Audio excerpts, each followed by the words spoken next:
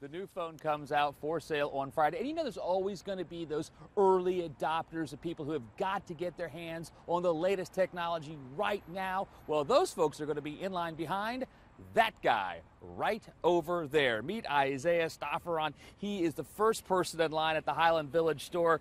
He not only wants a new phone, he says he absolutely needs a new phone because his old one broke. That's why he's out here. He really wants to get a new phone.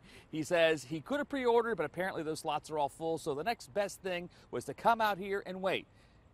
Brought a lawn chair because that's like you need to have it. An umbrella because of the heat and that sun.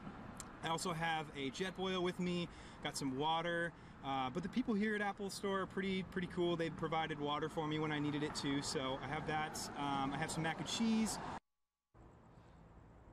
Mac and cheese, a chair, an umbrella, it's all you really need. Stofferahn expects more people will join him in line as soon as we get closer to the release date.